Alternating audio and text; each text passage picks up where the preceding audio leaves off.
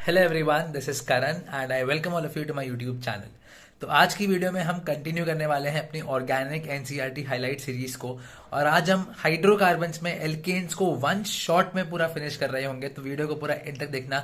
लंबी जरूर है, भले 2x पे देख लेना, बट बहुत ज़्यादा इंपॉर्टेंट है और पेन कॉपी लेकर बैठना। नए हो चैनल को सब्सक्राइब कर लेना, शेयर कर लेना, बहुत ज़्यादा मेहनत लगती है। All the best. तो हम स्टार्ट करेंगे यहाँ पे प्रिपरेशन ऑफ एल्केन्स से। ठीक है। मैंने पहले इसके थोड़े चीजें करा रखी हैं एक पहले वाली वीडियो में, बट मैं यहाँ पे फिर से एक बार प्रिपरेशन को अच्छे से कराऊंगा ताकि एक बार जो यहाँ पे नया आया है उसके लिए भी हो जाए और सारी चीजें एक साथ ही हो जाए यहाँ पे एल्केन्स के लिए।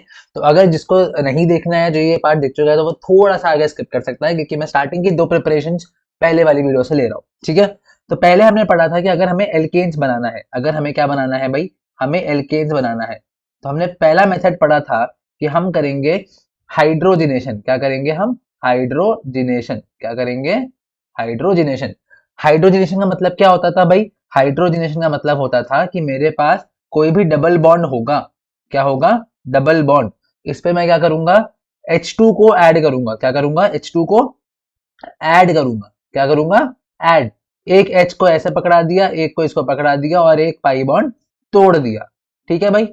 ऐसे मैं एग्जांपल ले लेता हूं, एक ही मिनट देना मेरे को। एग्जांपल ले लेता हूं मैं। मेरे पास था इथीन। क्या था? Ethene. CH2 double bond CH2। Ethene. भाई दो कार्बन है और डबल बॉन्ड है। ठीक है। इथीन। मैंने H2 ऐड करा, और मुझे क्या मिल गया? मुझे मिल गया CH3 सिंगल बॉन्ड CH3। इसे बोलेंगे इथेन। समझ में आया बात? बढ़िया बात है। अब मानो मेरे पास क्या है? मेरे पास ट्रिपल बॉन्ड है, एल्काइन। ठीक है। मैंने इसमें हाइड्रोजन ऐड करा। पहले क्या मिलेगा? एल्कीन मिलेगा, CH2 ठीक है। फिर से ऐड करोगे मतलब रुकेगा नहीं, ये स्टेप रुकेगा नहीं, तुमको फिर से मिल जाएगा एल्कीन। मतलब तुमने अगर H2PDC ऐड किया तो सीधे सीधे ये यहां से एल्काइन से एल्केन पहुंच जाएगा, समझ में आई बात?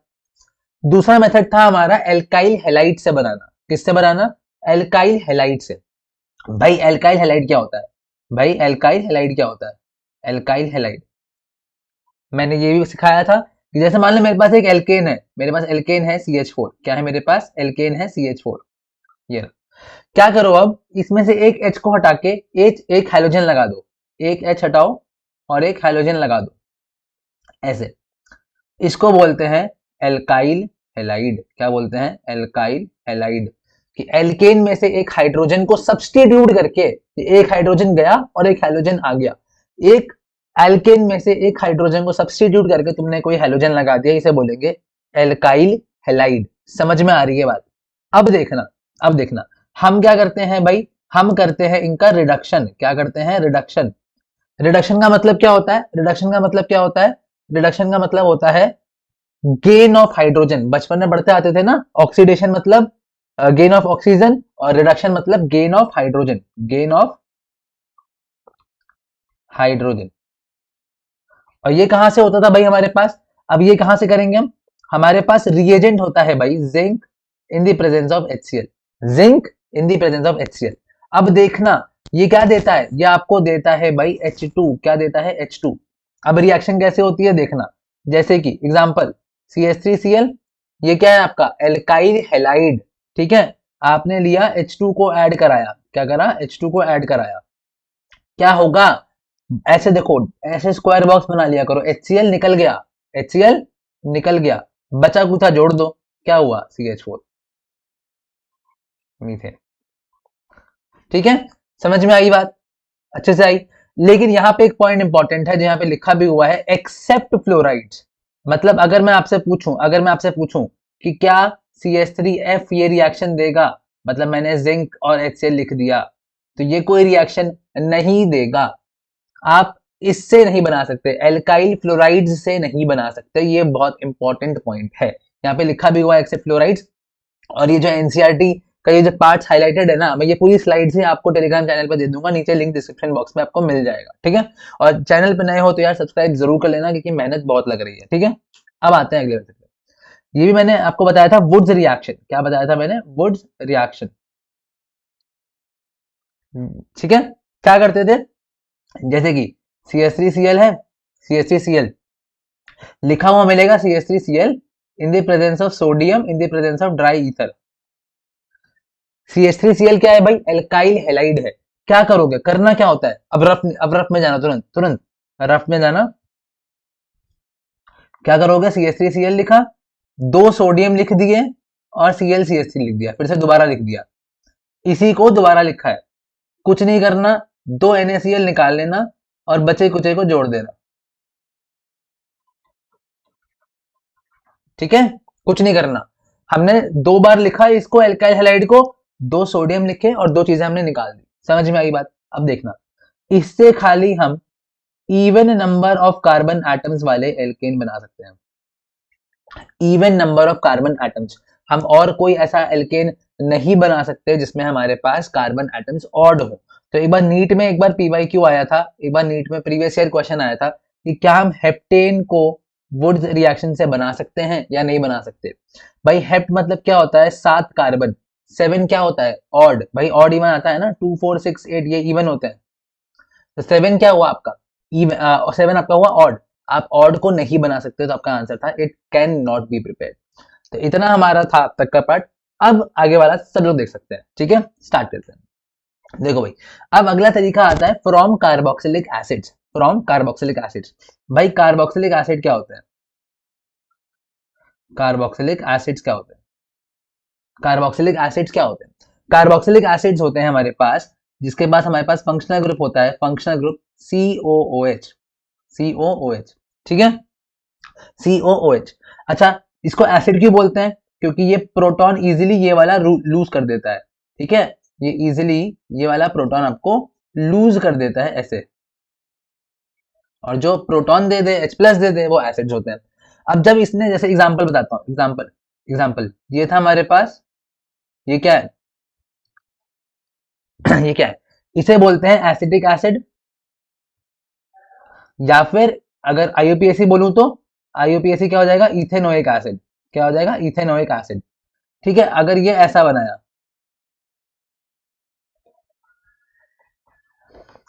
जब भी हमारा इथेनोइक एसिड था, अब जब भी क्या हो गया? ये तो एनायन बन गया, नेगेटिव चार्ज है ना, इसे बोलते हैं इथेनोएट। क्या बोलते हैं? इथेनोएट। क्या बोला? इथेनोएट।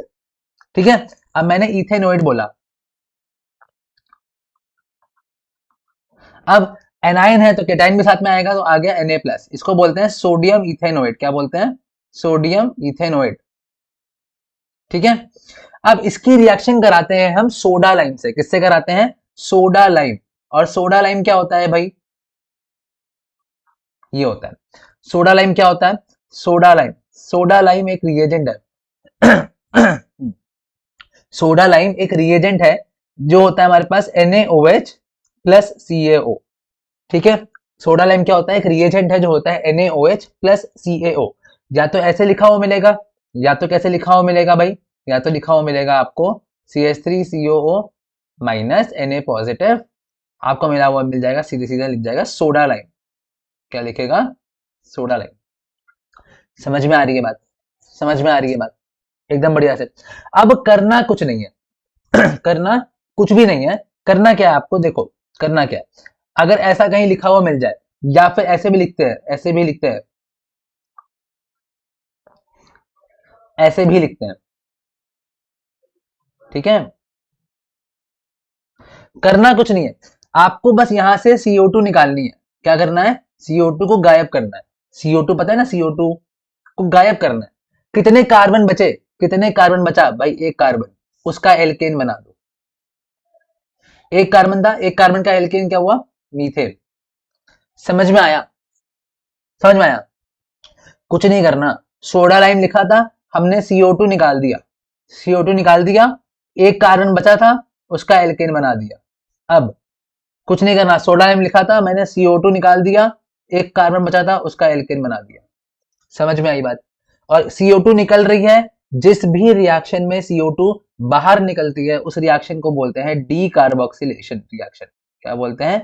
D carboxylation. मतलब CO2 हमारी निकल रही है। समझ में आई बात? समझ में आई या नहीं आई? अच्छे से आ गई? बहुत बढ़िया। चलते हैं आगे। अगला मेथड होता है Kolbe's electrolytic method. Kolbe's electrolytic method. अच्छा, इलेक्ट्रोलिसिस पढ़ा होगा आप लोगों ने क्लास 10 में भी पढ़ा होगा। इलेक्ट्रोलिसिस पढ़ते थे, जिसमें एनाइन होता था, सॉरी एनोड होता था, कैथोड होता था।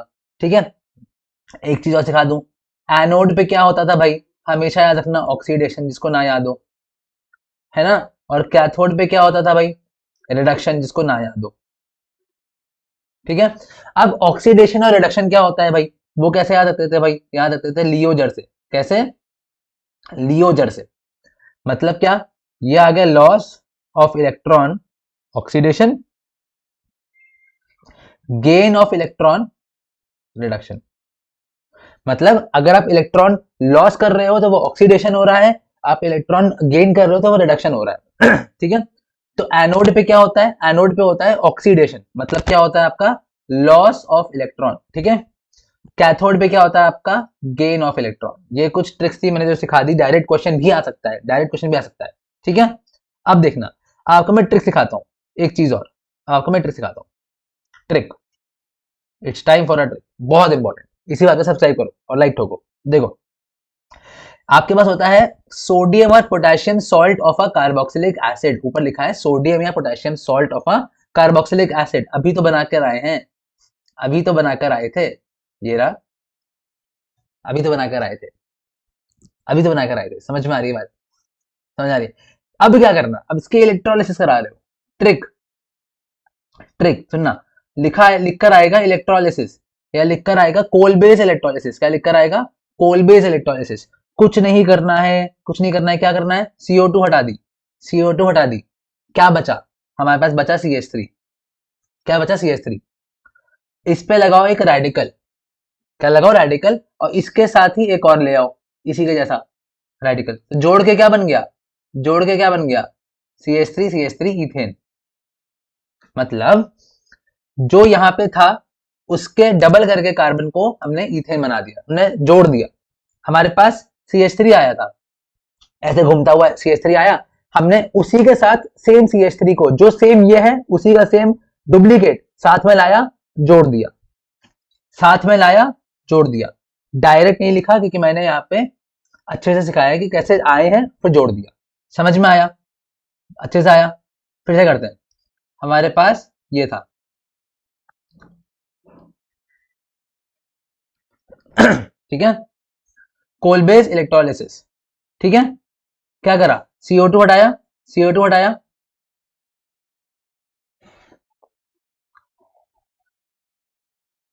एक सेकेंड, एक सेकेंड देना, बस एक सेकेंड। हाँ भाई, हाँ, हमने हमने CO2 हटा दिया, और CH3 CH2 रेडिकल। अच्छा, मैं ये रेडिकल वाला स्टेप क्यों करवा रहा हूँ आपको, रेडिकल वाला स्टेप इसलिए इतना इंपॉर्टेंट है क्योंकि आपसे ये भी पूछ सकता है कि क्या इन्वॉल्व होता है, कौन सा स्पीशीज इन्वॉल्व होती है कोलबेस इलेक्ट्रोलिसिस में, तो फ्री रेडिकल इन्वॉल्व होता है। ठीक है, कौन सी मैकेनिज्म इन्वॉल्व होती है, फ्री रेडिकल मैकेनिज्म। ठीक है, अब ये था, इसी के जैसा हम शक्ल ले आओ, इसी के जैसा हम शक्ल, CH2 CH3 रेडिकल। अब ये दोनों क्या करेंगे, साथ में जुड़ जाएंगे, तो क्या बन गया। ठीक है, ये हमारा इथेन से स्टार्ट हुआ था, ये हमारा ब्यूटेन बन चुका है। हम इससे भी खाली इवन वाला ही बना सकते हैं, हम ऑड वाला इससे भी नहीं बना सकते। तो क्वेश्चन आ सकता है कि क्या मीथेन को प्रिपेयर कर सकते हैं हम, मीथेन कोलबेस इलेक्ट्रोलिसिस से। तो मीथेन में कितने कार्बन है भाई, 1, ऑड है, हम इसको प्रिपेयर नहीं कर सकते, it can not be prepared by. ठीक है, ये मैकेनिज्म मैंने हाईलाइट कर रखी है, वही रिडक्शन ऑक्सीडेशन वाली चीज है, रेडिकल्स मैंने बना रखे हैं, आप जाके उसको चेक कर लेना। और इसमें भी CO2 इवॉल्व हो रही है, तो ये भी कैसी रिएक्शन है भाई, डी कार्बोक्सिलेशन रिएक्शन है। कैसी रिएक्शन है, डी कार्बोक्सिलेशन रिएक्शन है। बात समझ में आई, बढ़िया से। अब देखो, अब आ जाते हैं एल्केन की कुछ फिजिकल प्रॉपर्टीज पे, फिजिकल प्रॉपर्टीज पे। भाई मैं आपको स्लाइड्स दे दूंगा, आपको डिस्क्रिप्शन बॉक्स में टेलीग्राम चैनल का लिंक मिल जाएगा, उसमें जाकर आप स्लाइड्स ले सकते हैं, ये वाली। ठीक है, और मैं फिजिकल प्रॉपर्टीज मैंने हाईलाइट भी कर दिया है, मैं साफ साफ यहाँ पे लिख दे रहा हूँ। पहली चीज, एल्केन्स आर नॉन पोलर। कैसे कैसे हैं, नॉन पोलर, नॉन पोलर। ठीक है, क्योंकि इनमें इलेक्ट्रोनेगेटिविटी का इतना डिफरेंस नहीं होता है, वो नॉन पोलर होते हैं। पहला पॉइंट समझ में आया। दूसरी बात, एल्केन्स के बीच में कैसा इंटरेक्शन होता है भाई, वीक वैंडर वॉल्फ। कैसा होता है, वीक वैंडरवॉल फोर्सेस। ठीक है, समझ में आया? अब वीक वैंडरवॉल फोर्सेस तो है, लेकिन आप जैसे जैसे कार्बन बढ़ाओगे तो कार्बन का नंबर बढ़ेगा, तो जो फोर्सेस हैं वो भी बढ़ेंगी। ठीक है, बढ़ेंगी। कार्बन बढ़ेगा तो वैंडरवॉल फोर्सेस बढ़ेंगी। तो याद रखना, अगर कार्बन 1 से लेके कार्बन 4 है, 4 कार्बन एटम्स हैं, तो वो होते हैं गैसेस। कैसे होते हैं? गैसेस। ठीक है, कार्बन आपका 5 से लेके कार्बन आपके 17 है, मतलब कैसा है? एक एल्केन है जिसमें 17 कार्बन एटम्स है या 5 कार्बन एटम्स है, तो वो होते हैं आपके लिक्विड। और अगर 18 के आसपास देखेंगे, 18 के ऊपर, 18 है ना, 18 के ऊपर, वो होते हैं सॉलिड्स। अब वो क्या करेंगे, वो पूछेंगे, वो ऐसा पूछेगा, असर्शन रीजन में पूछ लेगा कि कार्बन 1 से कार्बन 4 एटम्स के एल्केन्स गैसेस होते हैं, वो लिक्विड होते हैं, आगे वाले सॉलिड होते हैं, क्यों होते हैं? रीजनिंग में देगा कि as number of carbon atoms increases या फिर as molecular mass increases, weak van der Waals forces increases. Weak van der Waals forces increases. समझ में आया? Non polar weak van der Waals forces, carbon atom बढ़ाओगे तो बढ़ेंगे, इसीलिए पहले से लेके 4 कार्बन एटम तक, अगर एक ऐसा एल्केन है जिसमें 4 कार्बन एटम तक है, तो वो गैसेस है। 5 से लेके 17 तक क्या होंगे? लिक्विड। पास पास आ गए ना, अट्रैक्शन बढ़ रहा है, पास पास आ गए। और 18 के आसपास क्या हो जाएगा? 18 से लेके उसके ऊपर सॉलिड्स। 8 नहीं लिखा है, ये 18 लिखा है। ठीक है, समझ में आया? अब एक और बात, solubility in water, solubility in water। बस एक चीज जानना, आज मैं एक चीज सिखा रहा हूं, लाइक डिजोल्व लाइक। क्या है? Like dissolve like. बस, जिंदगी भर नहीं भूलने का। ठीक है, और वाटर क्या है? वाटर होता है आपका पोलर। वाटर क्या होता है? Polar solvent. Polar solvent. अब मैंने अभी सिखाया कि अगर वो पोलर है तो लाइक डिजोल्व लाइक, तो वो किसी पोलर चीज को ही अपने अंदर डिजोल्व करेगा। अब मैंने अभी सिखाया एल्केन कैसे होते हैं। एल्केन कैसे होते हैं भाई? मैंने लिखाया ना अभी, नॉन पोलर होते हैं। एल्केन कैसे होते हैं? Non polar. तो एल्केन कभी भी पानी में डिजोल्व नहीं होंगे, नॉट डिजोल्व। ठीक है, नॉट डिजोल्व इन वाटर। समझ में आ रही है बात? अच्छा, अगर पूछा जाए केरोसिन, केरोसिन, ये सब कैसे होते हैं यार? ये सब होते हैं आपके नॉन पोलर। क्या होते हैं? Non polar. तो क्या एल्केन इसमें डिजोल्व हो जाएगा? यस, एल्केन इनमें डिजोल्व हो जाएगा। ठीक है, याद रखना, कोई भी पोलर कंपाउंड है तो वो पोलर में डिजोल्व होगा, नॉन पोलर कंपाउंड है तो वो नॉन पोलर में ही डिजोल्व होगा। ठीक है, पानी पोलर होता है और एल्केन होता है नॉन पोलर, इसलिए वो उसमें डिजोल्व नहीं होता। केरोसिन नॉन पोलर होता है, एल्केन भी नॉन पोलर होता है, इसलिए वो उसमें डिजोल्व हो जाता है। बात समझ में आ रही है? बढ़िया से एकदम। चले आगे, देखो, लाइट डिजोल्व लाइट लिखा हुआ था यहाँ पे, ये रहा। ठीक है, अब सबसे इंपॉर्टेंट पॉइंट, बॉइलिंग पॉइंट।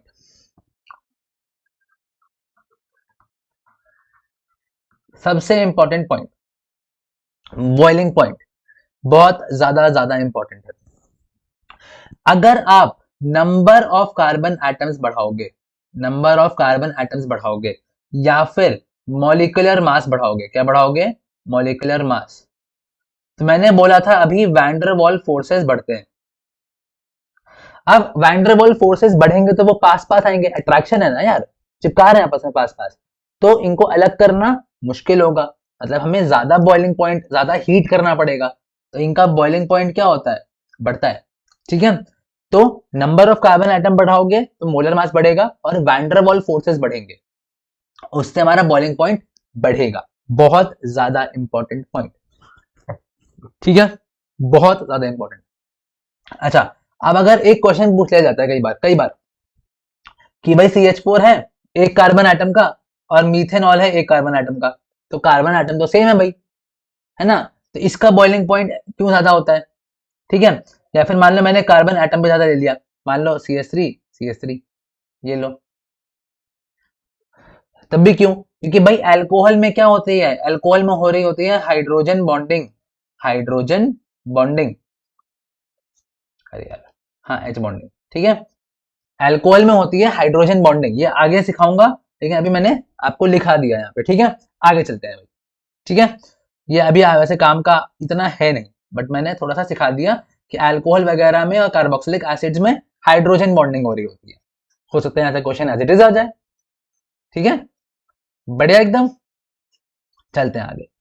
अब एक बहुत महत्वपूर्ण बात, अब एक बहुत महत्वपूर्ण बात, ठीक है, अब एक बहुत इंपॉर्टेंट बात। एक पेपर में क्वेश्चन बहुत ज्यादा आता है, बहुत ज्यादा एक क्वेश्चन आता है। मैंने एक ऐसे लिया, मैंने एक कंपाउंड लिया इस तरीके का। कार्बन गिनो कितने, कार्बन 1 2 3 4 5, कार्बन गिनो कितने हैं 5। और मैंने स्ट्रेट चेन बनाई है, स्ट्रेट चेन, ऐसे लंबे जा रहे हो ना, जहां कोई उठक पटक नहीं आया, है ना। तो क्या इसे बोलते हैं एन पेंटेन। क्या बोलते हैं, एन पेंटेन, मतलब नॉर्मल, कोई भी ब्रांचिंग नहीं है, सीधे ना सीधे, कोई भी इसकी टहनी नहीं निकली हुई, सीधी एकदम। ठीक है, एक हुआ ऐसा,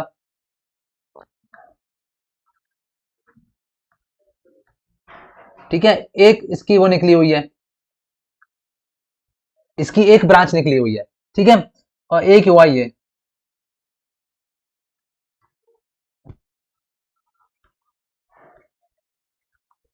एक ये, ठीक है, एक ये कंपाउंड है पहला, एक है दूसरा, एक है तीसरा। पहले वाले में कोई भी ब्रांचिंग नहीं है, दूसरे वाले में एक ब्रांचिंग है, तीसरे वाले में ब्रांचिंग दो है। ब्रांचिंग बढ़ती जा रही है। अब पूछेगा कि अगर ब्रांचिंग मान लो बढ़ रही है, ब्रांचिंग मान लो बढ़ रही है, तो बॉइलिंग पॉइंट पे क्या फर्क पड़ेगा। हमेशा याद रखना, बॉइलिंग पॉइंट घटेगा। जैसे जैसे ब्रांचिंग बढ़ेगी बॉइलिंग पॉइंट घटेगा, बॉइलिंग पॉइंट घटेगा।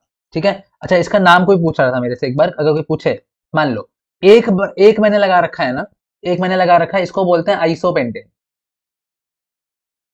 ठीक है, मैंने एक कार्बन पर दो मिथाइल लगा रखे हैं, इसको बोलते हैं नियोपेंटेन। क्या बोलते हैं, नियोपेंटेन। समझ में आया, ठीक है। समझ में आ गया एकदम। इसका यूपीएससी करो जरा, तो क्या करोगे, 2 मिथाइल ब्यूटेन, इसका करो 2,2 डाइमिथाइल प्रोपेन। ठीक है, कैसे भी वो क्वेश्चन पूछ ले, मैंने सब करा दिया है। तो बॉइलिंग पॉइंट ऐसे बढ़ेगा, मतलब ऐसे घटेगा, सॉरी। जैसे जैसे ब्रांचिंग बढ़ेगी आपका बॉइलिंग पॉइंट कम हो रहा होता है, डिक्रीज हो रहा होता है। भाई इसका रीजन क्या है, जैसे जैसे ब्रांचिंग बढ़ती है, जैसे जैसे ब्रांचिंग बढ़ती है, आपका आपका जो होता है ना, जो मॉलिक्यूल होता है वो स्फेरिकल होने लगता है। स्फेरिकल, देखो ना, और स्फेरिकल होने के वजह से क्या हो जाता है, लेस सरफेस एरिया। बस इतना याद रख लो कि जैसे जैसे ब्रांचिंग बढ़ेगी आपका मॉलिक्यूल स्फेरिकल होने लगेगा, स्फेरिकल होने से आपका सरफेस एरिया डिक्रीज हो जाएगा, उससे आपका बॉइलिंग पॉइंट डिक्रीज हो जाता है। बढ़िया बात। अगर वो रीजनिंग में पूछता है तो, अगर उसने रीजनिंग में नहीं पूछा तो सिंपल सी बात है, ब्रांचिंग बढ़ेगी बॉइलिंग पॉइंट घटेगा, ब्रांचिंग बढ़ेगी बॉइलिंग पॉइंट घटेगा, ब्रांचिंग बढ़ेगी बॉइलिंग पॉइंट घटेगा। चलो अब आ जाते हैं इनकी केमिकल प्रॉपर्टीज पे, बहुत ज्यादा इंपॉर्टेंट। ठीक है, तो सिंस ये कैसे हैं भाई, सैचुरेटेड है। एल्केन्स कैसे होते हैं, एल्केन्स होते हैं सैचुरेटेड। सैचुरेटेड का मतलब होता है, सैचुरेटेड हाइड्रोकार्बन्स का मतलब होता है जिसमें खाली सिंगल बॉन्डेड होता है, कार्बन कार्बन सिंगल बॉन्ड। ठीक है, ये कैसी रिएक्शन देते हैं, सब्स्टिट्यूशन रिएक्शन देते हैं, सब्स्टिट्यूशन रिएक्शन। क्या देते हैं, सब्स्टिट्यूशन रिएक्शन। सब्स्टिट्यूशन का मतलब क्या है, ठीक है, क्या होता है, देखना, जैसे स्कूल में नहीं होता कि कोई टीचर एब्सेंट हो गया तो उसकी जगह पे कोई और आ गया, ऐसा होता है ना, वैसे चीज। मान लो ये एल्केन है, मैंने बताया ना, अभी मैंने बताया था। अब मुझे क्या करना है, इस पर रिएक्शन करानी है। तो ये क्या करता है, अपना एक हाइड्रोजन कहेगा कि ले जाओ और मुझे कुछ और दे जाओ, मेरा हाइड्रोजन ले जाओ और मुझे कुछ और दे जाओ। अब हम हेलोजिनेशन कराते हैं, देखो कैसे कराते हैं। मान लो मेरे पास CH4 था, मैंने लगाया Cl2। मैंने लगाया Cl2, समझ में आया, Cl2, CH4 प्लस Cl2, और यहां पे लिख देगा एच न्यू। क्या लिख देगा, एच न्यू, या फिर लिख देगा यूवी लाइट, या फिर लिख देगा डिफ्यूज सनलाइट। ठीक है, डिफ्यूज सनलाइट। कुछ नहीं करना, कुछ नहीं करना, इसके कितने हाइड्रोजन थे, 4, एक निकाल दो, 3, और एक Cl यहां से जोड़ दो। ठीक है, बस ये बन रहा होता है हमारा। ठीक है, एक बार करके देख लेते हैं।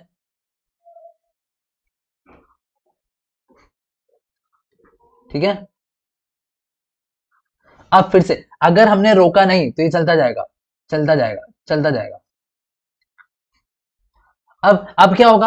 अब इसके पास कितने हाइड्रोजन थे? 3। एक निकालो तो कितने बचे? CH2Cl और एक Cl जोड़ दो, क्या हो गया? CH2Cl2। फिर से करो, कितने हाइड्रोजन है? वो ऐसा लग रहा है ना कितने आदमी थे, कितने हाइड्रोजन है। ठीक है, तहत 2, एक निकाल दो, और कितने क्लोरीन कर दो? 3। ठीक है, अब कितने हाइड्रोजन थे? एक था, निकाल दो, कोई नहीं बचा, कार्बन बचा, क्लोरीन एक ऐड कर दो, कितने हो गए? 4। ठीक है, एक इंपॉर्टेंट पॉइंट, इस CHCl3 को बोलते हैं क्लोरोफॉर्म। क्या बोलते हैं? नाटकों में देखते हैं ना, जब बेहोश कर देते हैं रुमाल पे लगा के, क्लोरोफॉर्म ही होता है वो, क्लोरोफॉर्म। और ये CCl4 क्या होता है? Carbon tetra chloride. बात समझ में आई कि नहीं आई बताओ। अब कुछ इंपॉर्टेंट पॉइंट, कोई पूछे कि ये बताओ मेरे को, सब्सटीट्यूशन रिएक्शन में मैकेनिज्म कौन सी फॉलो होती है, तो वो होती है यार free radical substitution. Free radical substitution. ठीक है। अब आप मुझसे पूछोगे कि सर आपको कैसे पता कि इसमें फ्री रेडिकल बन रहा है? कोई ट्रिक बता दो मेरे को बस। तो एक ट्रिक सिखाता हूं। क्या सिखाता हूं? ट्रिक। ट्रिक है भाई हेल्पर। क्या है? हेल्पर।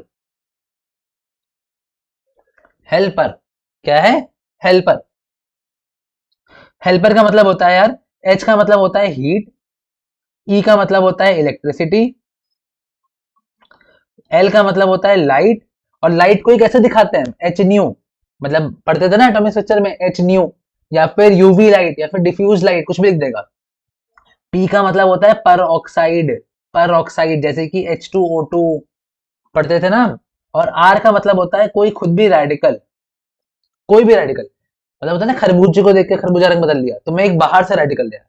अगर आपको जिंदगी में भी, मैं आपको ये जिंदगी भर की सीख दे रहा हूं, आपको ये कहीं पे भी दिख जाए, तो वो रिएक्शन कैसी होती है, उसमें रेडिकल बन रहा होता है, और वो रिएक्शन फ्री रेडिकल मैकेनिज्म से जाती है। ठीक है, कभी भी एरो के ऊपर देखो ना, इसलिए मैंने एरो के ऊपर क्या लिखा था भाई? लाइट। मैंने तो बिना देखे ही बोल दिया कि इसमें फ्री रेडिकल बनेगा। समझ में आया?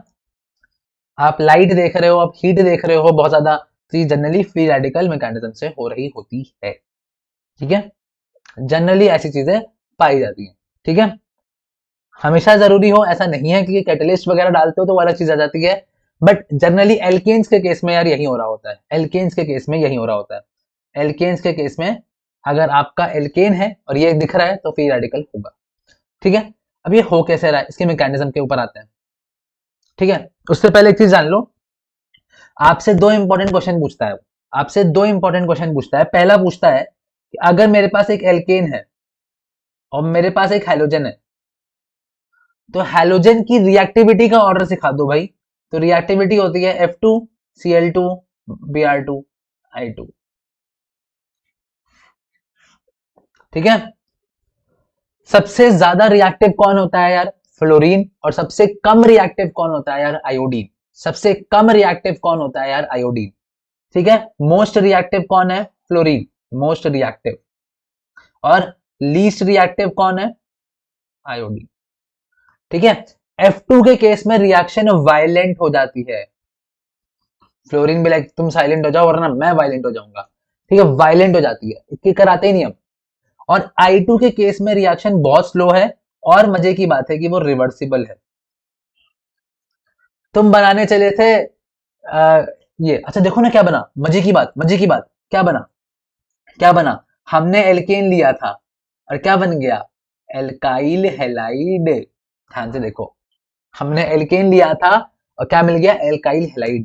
ठीक है, तुम बनाने चले थे एल्काइल हैलाइड, लेकिन आयोडीन के केस में वापस चली जाती है रिएक्शन, वापस चले आओगे।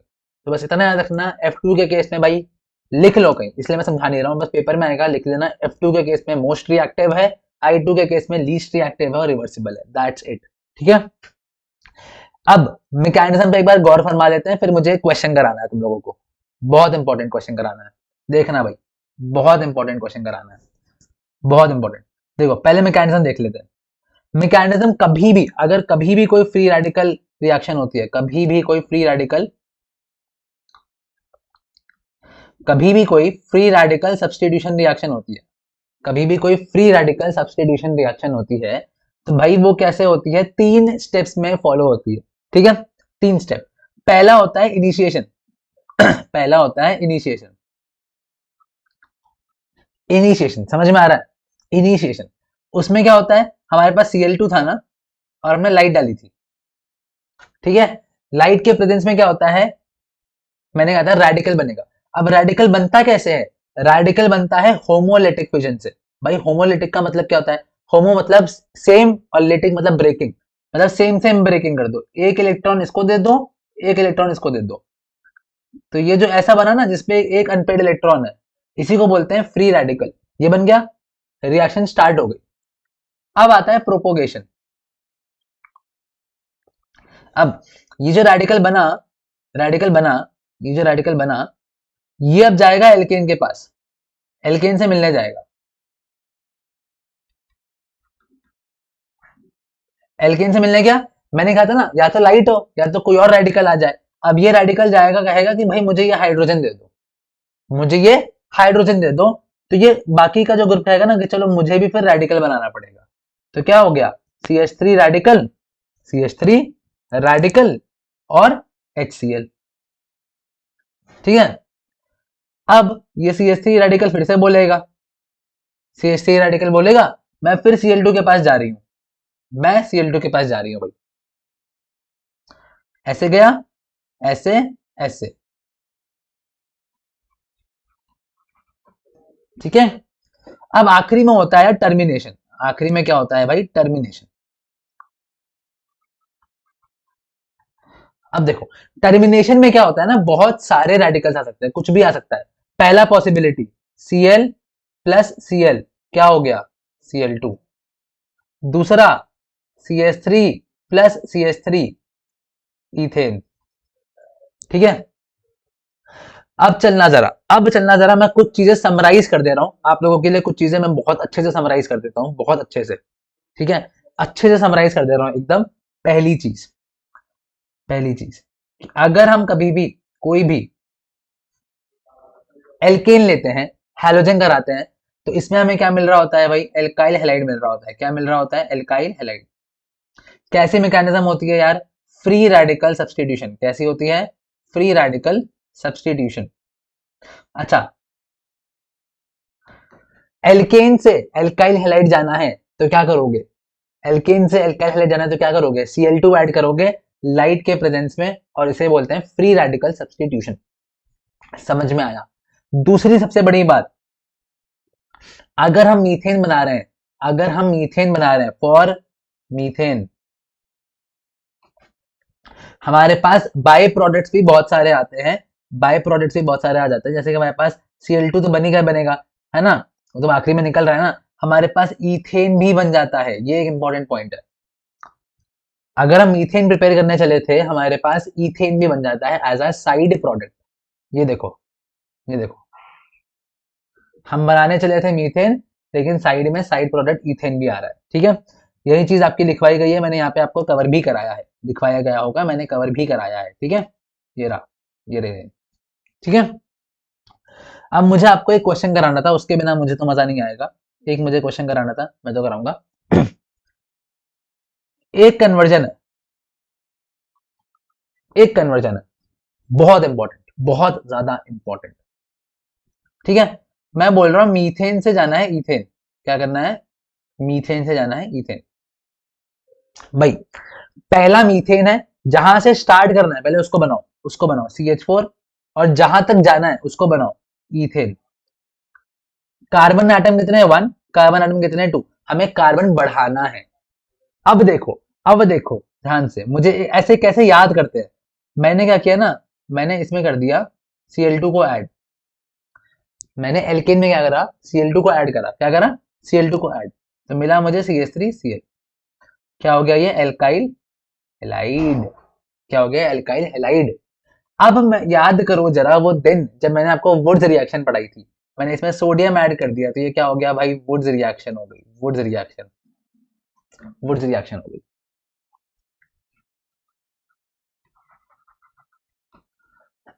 ठीक है।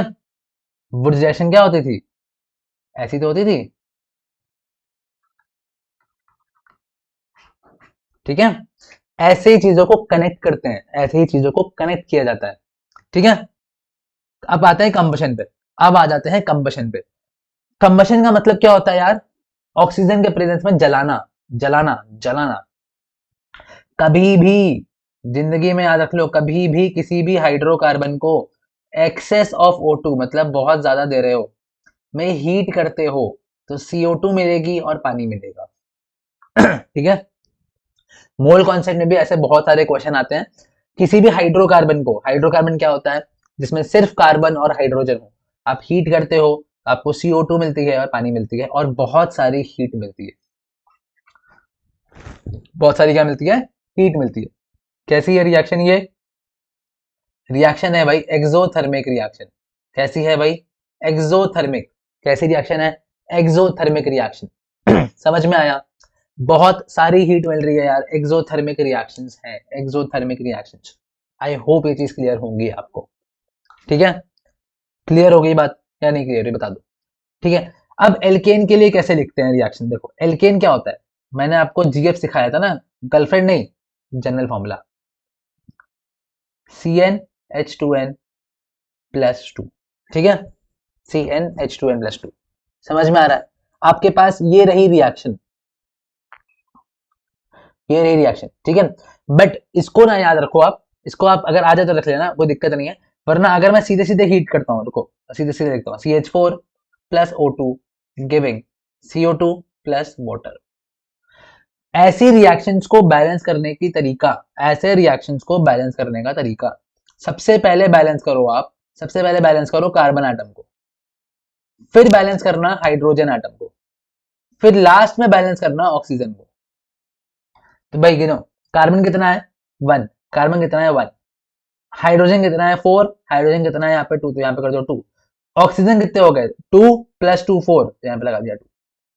पहले कार्बन एटम को बैलेंस करो, स्टेप में चलना, स्टेप मिस मत करना। Carbon atom, hydrogen atom, oxygen atom. समझ में आया? अब मजे की बात, पूछा जाता है कि alkanes are used as fuels. हाँ तो भाई करेक्ट बात है, alkanes are used as fuels, ये देखो लिखा हुआ भी है, लिखा भी हुआ है, alkanes are used as fuels. अब रीजनिंग में पूछ लेगा क्यों? क्योंकि एल्केन्स का जब कंबशन कराते हो, मैंने कंबशन कराया है ना, इसी को बोलते हैं कंबशन,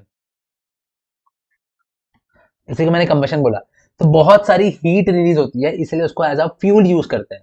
ठीक है।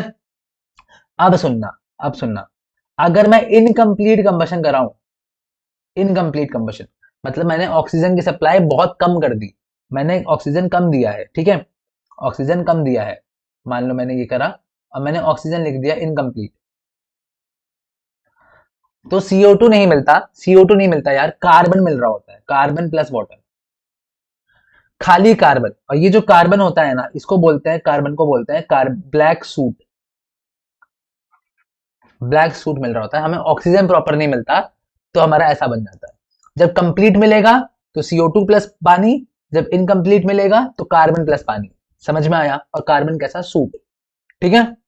अंडरस्टूड। आगे चलते हैं। ये देखो, कार्बन सॉलिड प्लस पानी, इनकम्प्लीट है तो। अब आ जाओ कंट्रोल्ड ऑक्सीडेशन, कंट्रोल्ड ऑक्सीडेशन, और ये बहुत ज्यादा इंपॉर्टेंट है, बहुत ज्यादा इंपॉर्टेंट है। ना तो बहुत ज्यादा एक्सेस में दे रहा हूं, अगर बहुत एक्सेस में दे रहे हो भाई तो क्या हो जाएगा तुम्हारा? CO2 पानी। बहुत कम दे रहे हो तो कार्बन सूट, बीच का अमाउंट देते हैं। चलो अब देखना, अब कुछ रिएजेंट्स आते हैं यार, आपको ये आपको याद ही रखने पड़ेंगे, मैं इसमें कुछ नहीं कर सकता, आपको रिएजेंट्स याद रखने पड़ेंगे। ठीक है। पहला रिएजेंट है यार, कॉपर लिया इन्होंने। ठीक है, कॉपर से याद रख लो, और साथ में 523 केल्विन, कॉपर 523 केल्विन। क्या करोगे भाई? आपने कोई भी एल्केन लिया था, है ना, कोई भी एल्केन, कोई भी एल्केन लिया था, उससे उसका अल्कोहल बना देगा, क्या कर देगा? अल्कोहल। अल्कोहल क्या होता है भाई, आर ओ एच, मतलब फंक्शनल ग्रुप होता है ओ एच, जितने भी कार्बन हो उसके आगे लगा देना, ठीक है। अब हमने CH4 लिया, O2 लिया, कॉपर लिया, कार्बन कितने थे भाई, एक कार्बन, मैंने लगाया OH और मैंने लगा दिया एक कार्बन CH3।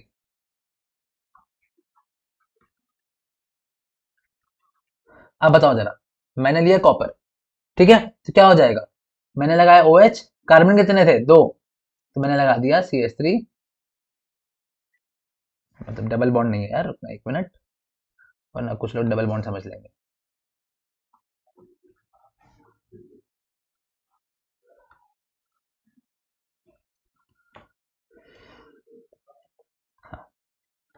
ठीक है ऐसे, ठीक है। अब समझने की कोशिश करना। दूसरा, दूसरा है तुम्हारा मोलिब्डेनम का ऑक्साइड, दूसरा है तुम्हारा मोलिब्डेनम का ऑक्साइड, या तो ऐसे लिखा मिलेगा या तो मिलेगा molybdenum oxide, molybdenum oxide. Molybdenum oxide क्या करता है तुम्हारा, अगर कभी भी एल्केन होगा, कभी भी एल्केन होगा तो भाई एल्डिहाइड बना देगा, एल्केन होगा तो एल्डिहाइड बना देगा, क्या बना देगा भाई, एल्डिहाइड बना देगा। एल्डिहाइड क्या होता है यार, एल्डिहाइड कुछ ऐसा होता है, ठीक है। और तीसरा आपके पास है भाई, तीसरा आपके पास है कुछ इस तरीके का कि अगर आपके पास एल्केन है उसके ऊपर लिखा है आपका ये मैंगनीज एसिटेट, क्या लिखा है, मैंगनीज एसिटेट, एक सेकेंड, ये जो होता है ना ऐसे लिखते हैं, ऐसे, ये इसको बोलते हैं एसिडेट, और ये रहा मेटल। एसिडेट क्या होता है, जो भी सिखाया था, जो एसिडेट ये सिखाया था, इसको एसिडेट बोलते हैं, ठीक है। अब ये लिखा है मैंगनीज एसिडेट, तो कभी भी ऐसा मिल जाए तो क्या मिल जाएगा भाई, कार्बोक्सिलिक एसिड। बस देखो, कॉपर है, अगर देखो कंप्लीट करा रहे हो यार, एक्सेस में CO2 पानी, इनकम्प्लीट कार्बन प्लस पानी, कॉपर के प्रेजेंस में एल्केन से अल्कोहल, मोलिब्डेनम ऑक्साइड में एल्केन से एल्डिहाइड, और मैंगनीज एसिटेट में एल्केन से कार्बोक्सिलिक एसिड। समझ में आया। और एक ये इंपॉर्टेंट रिएक्शन है यार, एक इंपॉर्टेंट रिएक्शन है, अगर तुम्हारे पास 3 डिग्री एल्केन हो, 3 डिग्री क्या होता है भाई, टर्शरी क्या होता है, तीन, इसका मतलब इसके साथ तीन एल्काइल ग्रुप जुड़े होंगे, कार्बन था, कार्बन था, कार्बन था, कार्बन था, ऐसा कुछ। अगर इसको बोलते हैं 3 डिग्री एल्केन, अगर ऐसा कुछ मिल जाए और यहाँ पे मिल जाए KMnO4, क्या मिल जाए, KMnO4, भाई KMnO4 क्या होता है, KMnO4 होता है पोटेशियम पर मैंगनेट, पोटेशियम पर मैंगनेट। तो तुम क्या करोगे, इसको हटाओगे और यहाँ पे OH जोड़ दोगे,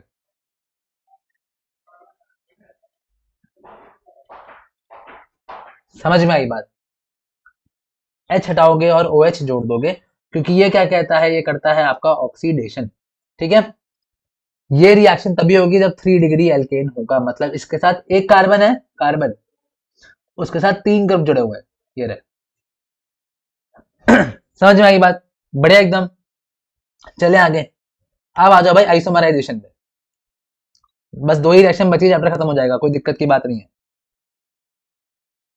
चलते हैं आइसोमराइजेशन। भाई आइसोमराइजेशन का मतलब क्या होता है,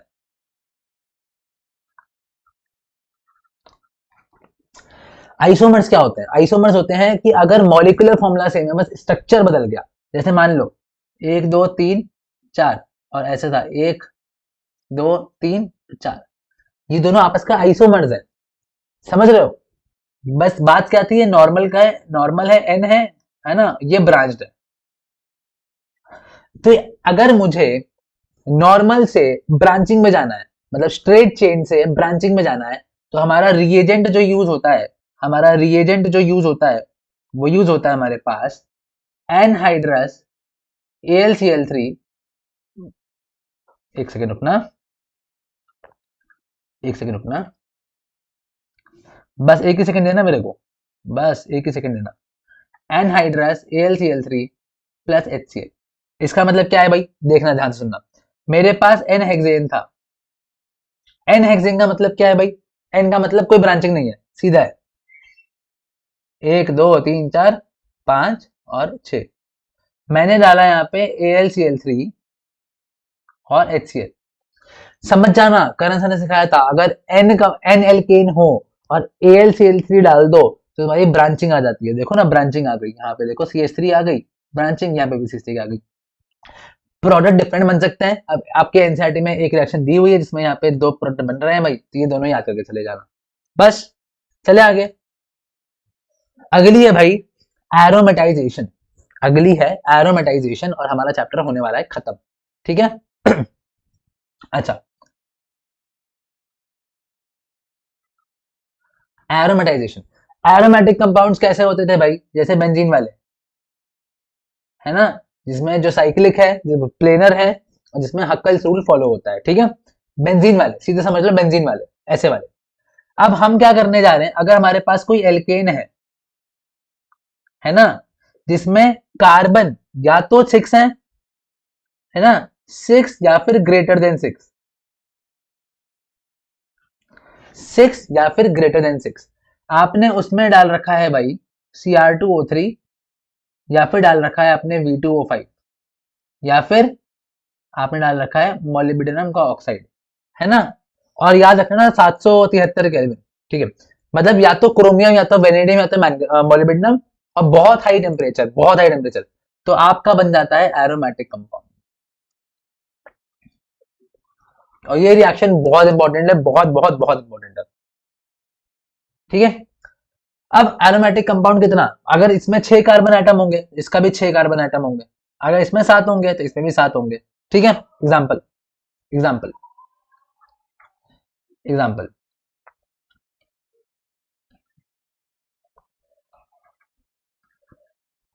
ठीक है भाई, इसमें कितने कार्बन एटम है भाई? 6।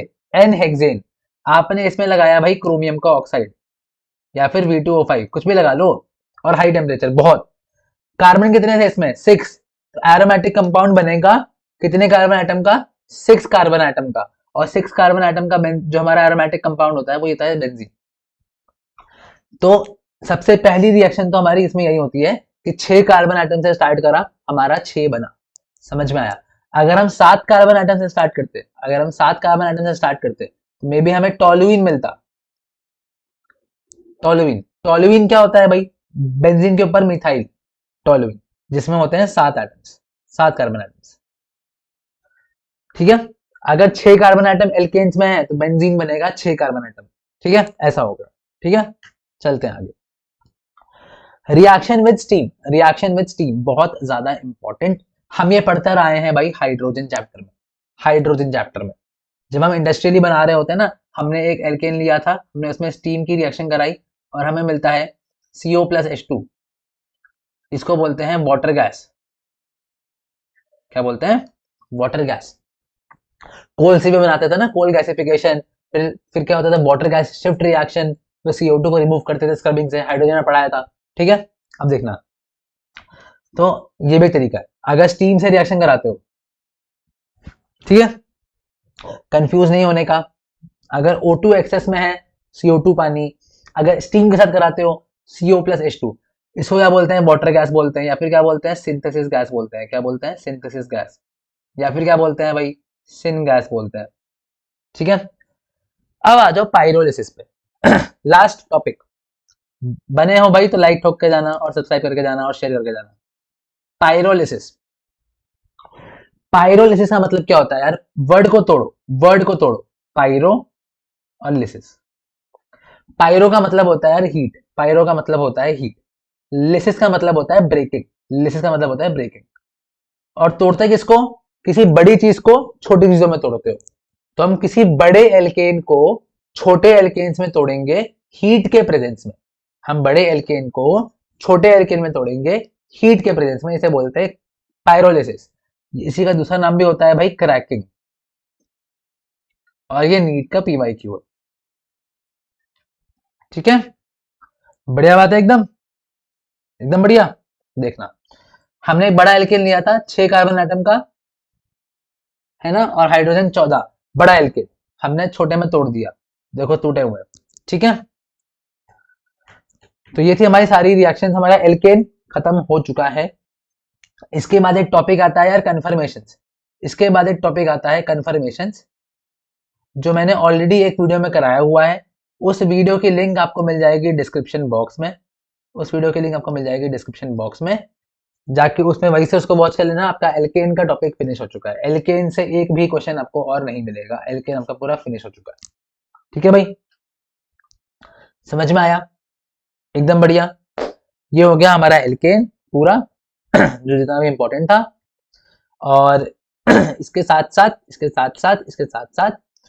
चैनल को सब्सक्राइब करना, शेयर करना। मिलते हैं अगले वीडियो में, तब